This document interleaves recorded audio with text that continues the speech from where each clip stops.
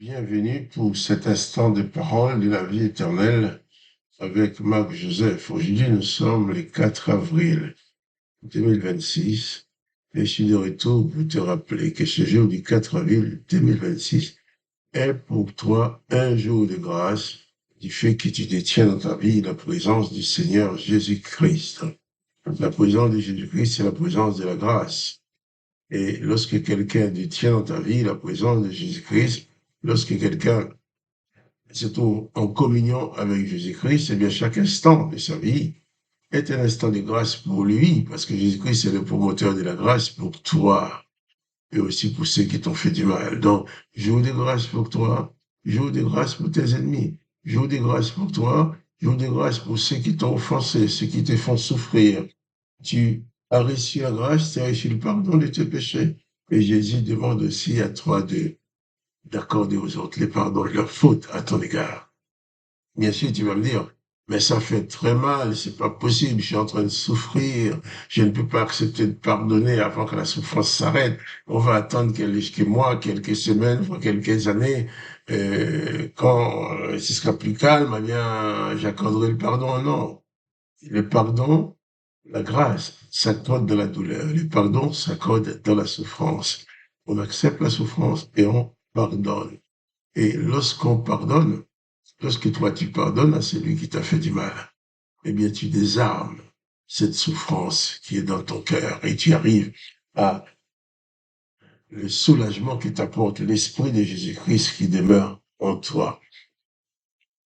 Aujourd'hui, nous sommes le samedi entre les jours de la crucifixion et les jours de la résurrection de Jésus-Christ.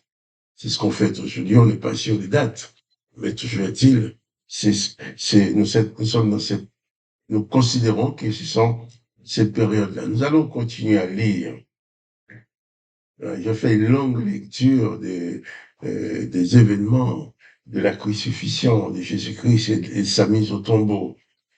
Au Matthieu chapitre 19, non, Jean chapitre 19, verset 16. Alors il leur livra Jésus pour être crucifié. Il prit donc Jésus et l'amenèrent.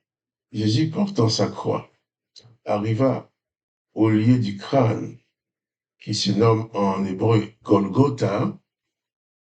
C'est là qu'il fut crucifié et des autres avec lui l'un à chaque côté et Jésus au milieu. Pilate fit une inscription qu'il plaça sur la croix et qui était aussi conçue, Jésus de Nazareth, roi des Juifs. Beaucoup de Juifs lisent cette inscription parce que les lieux où Jésus fut crucifié étaient près de la ville. Elle était en hébreu, en grec et en latin. Les principaux sacrificateurs des Juifs dirent à Pilate, n'écris pas roi des Juifs, mais qu'il a dit, je suis le roi des Juifs. Pilate répondit, ce que j'ai écrit, je l'ai écrit. Les soldats, après l'avoir crucifié, prirent ses vêtements et en firent 4 parts, une part pour chaque soldat. Ils prirent aussi sa tunique qui était sans couture, d'un seul tissu, depuis le haut jusqu'en bas. Ils dirent en eux, ne les déchirons pas, mais tirons au sort à qui elle ira. Cela arriva afin qu'ils accomplissent cette parole de l'Écriture. Ils se sont partagés mes vêtements, ils ont tiré au sort ma tunique. Voilà ce que furent les soldats. Près de la croix de Jésus se tenaient sa mère et la sœur de sa mère, Marie, femme de Cléopas, et Marie de Magdala. Jésus, voyant sa mère d'elle, le disciple qu'il aimait a dit à sa mère, femme, voici ton fils. Puis il dit aux disciples, voilà ta mère. Et dès ce moment, les disciples prient Marie chez lui. Après cela, Jésus, qui savait que tout était déjà consommé, dit, afin que l'écriture s'accomplisse, j'ai soif. Et il y avait là un vase plein de vinaigre. Les soldats ont rempli une éponge et l'ayant fixée sur une branche, disant, ils l'approchèrent de sa bouche. Quand Jésus eut pris le vinaigre, il dit, tout est accompli. Et baissant la tête, il rendit l'esprit. Jésus crucifié.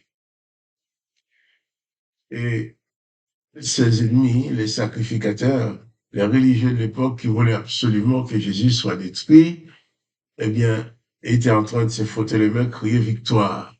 Pour eux, Jésus était en situation de défaite. Mais sur la croix, au mourant, Jésus va dire, tout est accompli, qu'il s'est fait son œuvre est parfaitement accomplie, puisqu'il savait bien qu'on allait l'assassiner. Mais il l'a accepté parce qu'il t'aime, parce qu'il m'aime, parce qu'il veut que toi et moi, nous accédions à la grâce et à la paix que seul Dieu le Père peut donner. Au verset 31, Jean 19, 31.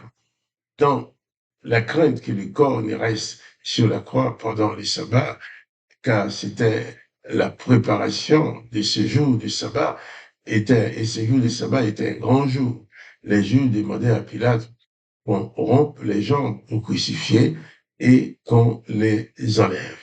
Les soldats vinrent donc et ils rompurent les jambes au premier, puis à l'autre, qui avait été crucifié avec lui, s'étant approché de Jésus, le voyant déjà mort, il ne lui rompit pas les jambes, mais un des soldats lui perça le côté avec une lance, et aussitôt il sortit du sang et de l'eau.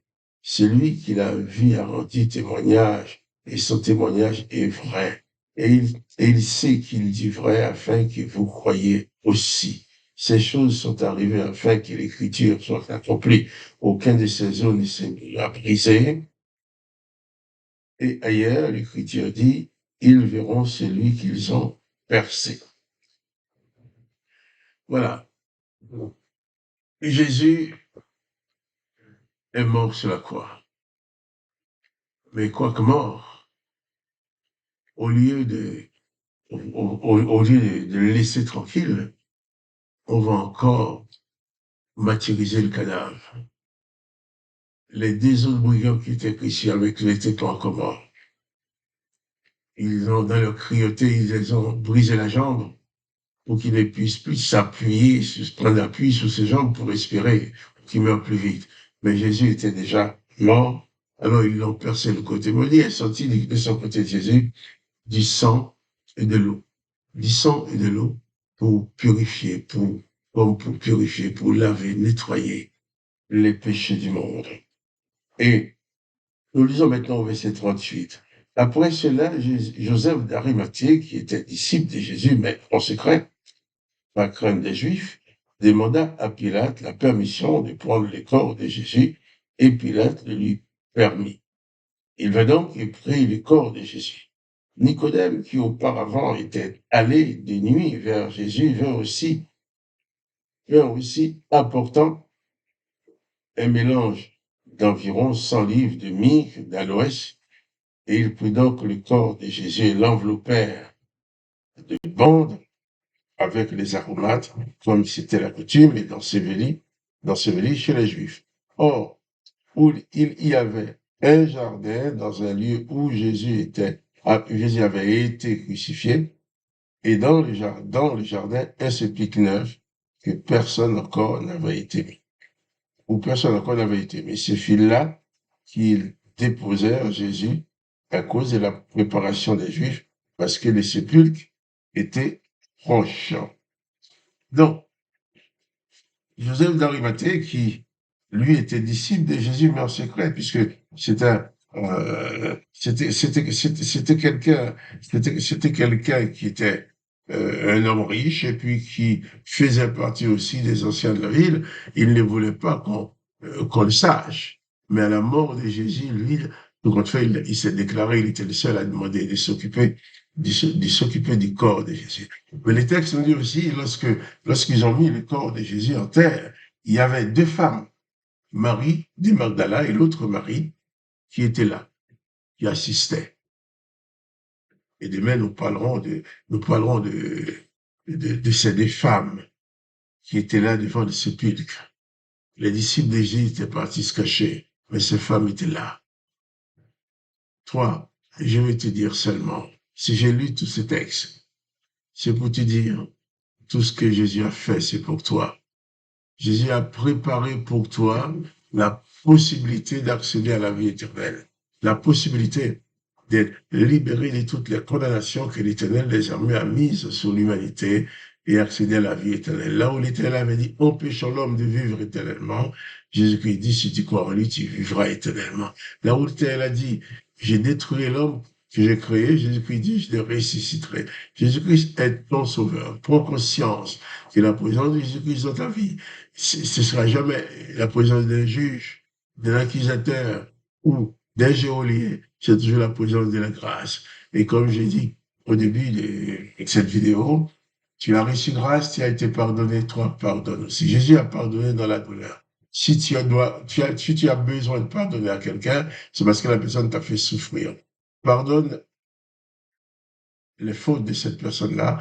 En pardonnant, tu vas lui enlever la condamnation qui est sur sa tête à cause du mal qu'il t'a fait, et toi, tu vas enlever la douleur qui est dans ton corps parce que Jésus a porté tes douleurs. Tu libères la personne et tu te libères aussi. Alors, n'oublie pas que chaque jour est un jour de grâce pour toi, un jour de grâce pour les autres. Il faut toujours pardonner comme Jésus on l'ordonne à tous ses disciples. Alors je te dis à demain pour les paroles de la vie éternelle.